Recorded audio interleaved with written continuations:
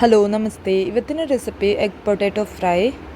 ಬನ್ನಿ ವೆರೈಟಿಯಾದ ಸ್ನ್ಯಾಕ್ಸ್ ಇದು ಹೇಗೆ ಮಾಡೋದು ಅಂತ ನೋಡುವ.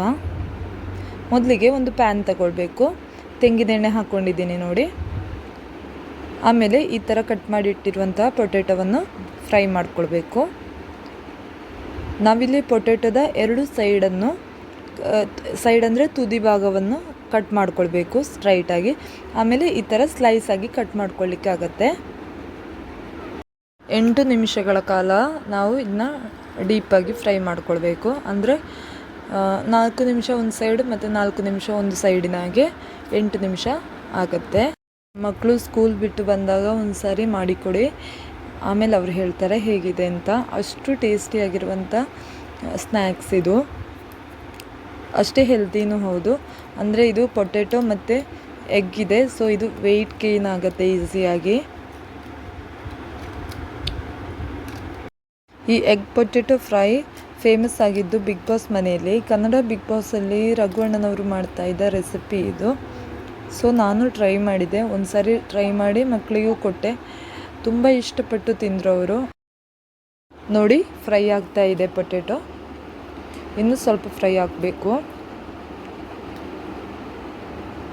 ಇವಾಗ ಉಪ್ಪೇನು ಹಾಕ್ಕೊಳ್ಳಿಕ್ಕೆ ಇಲ್ಲ ಇದಕ್ಕೆ, ಈ ಥರ ಫ್ರೈ ಮಾಡಿಕೊಂಡ್ರೆ ಸಾಕು. ನೋಡಿ ಗೋಲ್ಡನ್ ಕಲರ್ ಬಂದಿದೆ, ಇಷ್ಟು ಫ್ರೈ ಆದರೆ ಸಾಕು. ಇನ್ನು ಆಯಿಲೆಲ್ಲ ತೆಗೆದು ಈ ಪೊಟ್ಯಾಟೊ ಫ್ರೈನ ಒಂದು ಸೈಡ್ ಇಟ್ಕೊಳ್ಳಿ.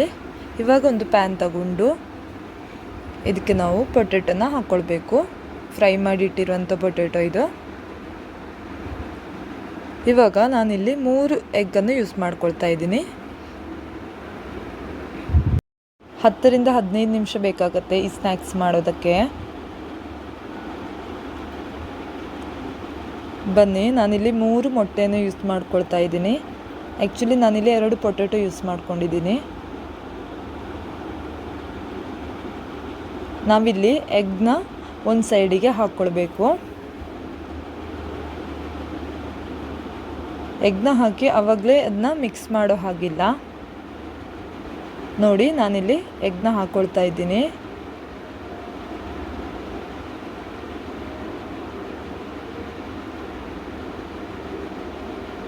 ಮೂರು ಎಗ್ಗಿದೆ. ಇವಾಗ ಈ ಪೊಟ್ಯಾಟೊ ಮತ್ತು ಎಗ್ನ ಮಿಕ್ಸ್ ಮಾಡೋ ಹಾಗಿಲ್ಲ. ಮಿಕ್ಸ್ ಮಾಡಿದರೆ ಮತ್ತು ಆ ಕ್ರಿಸ್ಪಿನೆಸ್ ಹೋಗುತ್ತೆ. ನಾನಿಲ್ಲಿ ರುಚಿಗೆ ತಕ್ಕಷ್ಟು ಉಪ್ಪನ್ನು ಹಾಕ್ಕೊಳ್ತಾ ಇದ್ದೀನಿ. ಉಪ್ಪು ಜಾಸ್ತಿ ಹಾಕ್ಕೊಳ್ಳಿಕ್ಕೆ ಹೋಗಬೇಡಿ, ತುಂಬ ಕಮ್ಮಿ ಹಾಕ್ಕೊಳ್ಳಿ. ಸ್ಪೂನಲ್ಲಿ ಹಾಕ್ಕೊಳ್ಳಿಕ್ಕೆ ಹೋಗಬೇಡಿ, ಕೈಯಲ್ಲಿ ಆ ಕಡೆ ಈ ಕಡೆ ಹರಡಿದರೆ ಸಾಕು. ನೋಡಿ ಈ ಥರ. ಖಾರದ ಪುಡಿಯೂ ಹಾಗೆ ಚಿಲ್ಲಿ ಪೌಡ್ರನ್ನ ಈ ಥರ ಹರಡಿಕೊಂಡ್ರೆ ಸಾಕಾಗತ್ತೆ. ಸ್ಟವ್ನ ಲೋ ಫ್ಲೇಮಲ್ಲಿ ಇಟ್ಕೊಳ್ಬೇಕು ನಾವು ಮೊಟ್ಟೆ ಹಾಕಿದ ಮೇಲೆ. ಇವಾಗ ಒಂದು ಹಸಿಮೆಣಸಿನ್ಕಾಯಿ ಹಾಕ್ಕೊಳ್ತಾ ಇದ್ದೀನಿ ನಾನು. ಸಣ್ಣಗೆ ಕಟ್ ಮಾಡ್ಕೊಳ್ಬೇಕು. ಈ ಥರ ಕಟ್ ಮಾಡಿಕೊಂಡಿರುವಂತಹ ಹಸಿಮೆಣಸಿನ್ಕಾಯನ್ನು ಹಾಕ್ಕೊಳ್ಳಿ. ನಾನಿಲ್ಲಿ ಮಕ್ಕಳಿಗೆ ಕೊಡೋದ್ರಿಂದ ಒಂದನ್ನೇ ಹಾಕ್ಕೊಳ್ತಾ ಇದ್ದೀನಿ.